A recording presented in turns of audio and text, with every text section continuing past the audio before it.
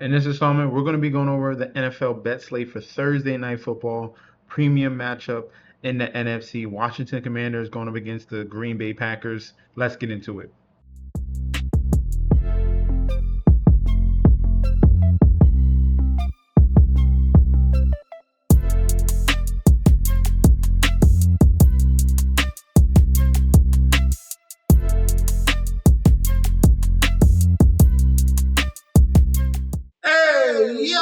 Welcome back to the channel. It's your boy Chef D, and I'm here to bring you the winning ingredients for our Thursday Night Football showdown slate we got going on between the Washington Commanders and the Green Bay Packers. But before we deep dive into that, don't forget to like, comment, and subscribe to the channel. Make sure you follow me on Instagram and Twitter at MetsNetShetsD. Don't forget about that TikTok at Chef_D91, and don't forget about the Patreon right now at the homepage of the YouTube channel. Currently at 10.2 thousand subscribers. This is the road to 20K, and we're well on our way because you guys are showing up each and every single day. If you already subscribed, continue to like and comment so you can grow to a much broader audience. All right, I hope you guys are feeling the new logo and banner.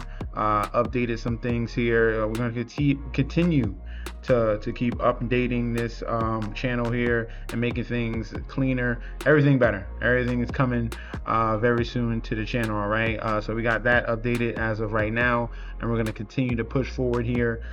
In the previous video, we had the under in that Bears Vikings game. Insane how at the end of the third quarter the score was 17-6, and then as you can see, I obviously already know JJ McCarthy goes crazy. They scored 28 points in the fourth quarter. That under was an absolute lock. You could have just cashed out, but obviously craziness happened in that fourth quarter. The over hit, and a lot of people were pretty mad. That was another situation where the under was like at like 90% coming in. So we're gonna address that in this one here. If you guys were with the Patreon this weekend for week 1, you cashed in on some nice bets here. Sunday Night Football, we had James Cook. Sunday Night Football, we also had the Ravens first half. Good thing we had that. Also, we had Derrick Henry, James Cook, Josh Jacobs touchdown parlay. That was plus 411. The earlier slate, we had Cardinals was my top play, minus 6.5. Paired that with the 49ers at plus 262. That cashed. We had another one here. I love the Raiders and I love the Colts. It was just too much value on those two teams on Sunday, and we paired that with the top play with Cardinals, and that cash at plus 716 as well. And then we also had plus 3 on the Jets, keeping that game close between them and the Pittsburgh Steelers. So we really had a really good week 1. If you guys want more winning picks, just click that link provided down below. You're going to get full access to daily bets, future bets, and access to that group chat that goes off 24/7. In Lambeau Field on Thursday, we got the Green Bay Packers going up against the Washington Commanders. This is a phenomenal matchup. Jayden Daniels going up against Jordan Love. I am very excited for this Thursday matchup. Looking at the odds for this one, coming in Lambeau here, Packers minus 190 on that money line with the comeback of the Commanders at a plus 155. Point spread at 3.5, and then total points at 48. Public bet percentage here, 81% of the bets, 77% of the money on Green Bay for the point spread. Obviously, there's going to be more with the public and public really. 54% of the bets coming in on the Commanders plus 3.5, but we have 52% of the money here. Sharps on the side of the Green Bay Packers to cover 3.5. All right, total points, 96% of the bets, 95% of the money all over the under in this game. All right, now looking at the injury report here before we go into a little bit of a deep dive. Right now for the Green Bay Packers, we're waiting on Aaron Banks and Brenton Cox here, both double DNPs. Bo Melton, who was a wide receiver, converted to cornerback, he double DNP, and then Zach Tom, O-lineman, double DNP. So Aaron Banks and Zach Tom, I don't think they're starting a lineman here. Aaron Banks is. So Aaron Banks, we got to wait on him. He's a starting lineman. and then Tom is their starting right tackle. So we gotta wait on information about both of those guys. All right, that could be a major news if they're missing two pieces of their offensive line, with Aaron Banks guard and Zach Tom. So we'll wait and see on those two guys. All right. For the Washington Commanders, we are waiting on no one. I think everyone else is fine. For the Commanders, you got everyone that got DNPs are resting veterans, as you can see. Other than that, you got limited with Austin Eckler and Noah Brown. Everything is fine here for the Commander side. So definitely wait on news about the Green Bay Packers O-line coming in this game on Thursday. All right. Now, both of these teams played games where they were not really tested. All right. Commanders beat the Giants handily, 21-6. Not much effort. They pretty much ran the ball for the majority of the game. 32 rushes. They spread it across like 3 different backs, and then obviously Jaden Daniels had some runs. But the Giants were never a threat at all this entire game. So that game was not competitive at all. For the Detroit Lions here and the Green Bay Packers, the Green Bay Packers dominated the Lions from start to finish. Put up some solid numbers here. 27 points you saw from Jordan Love, and they went more with the aerial attack. All right, definitely were efficient in the running game, but were timely with the passes. All right, as you can see, Jordan Love had 2 TDs in this one, and they really stifled Jared Goff.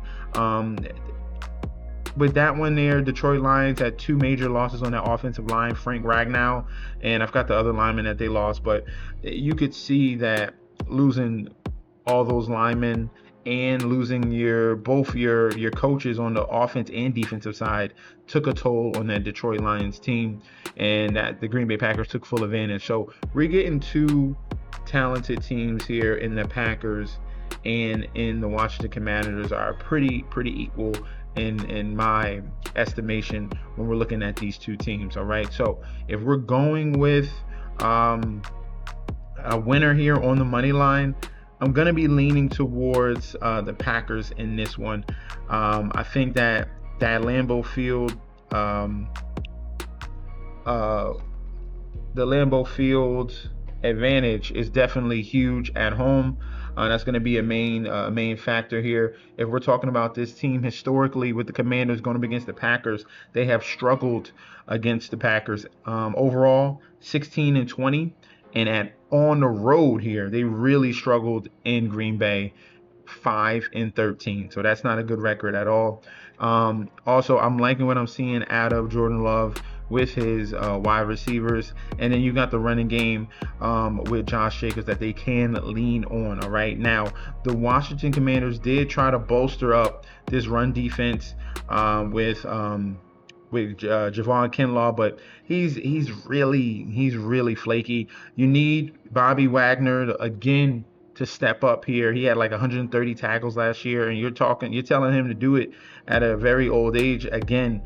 So I'm liking what I'm seeing on the Packers side of the ball. Commanders didn't get tested run-wise against the Giants, really.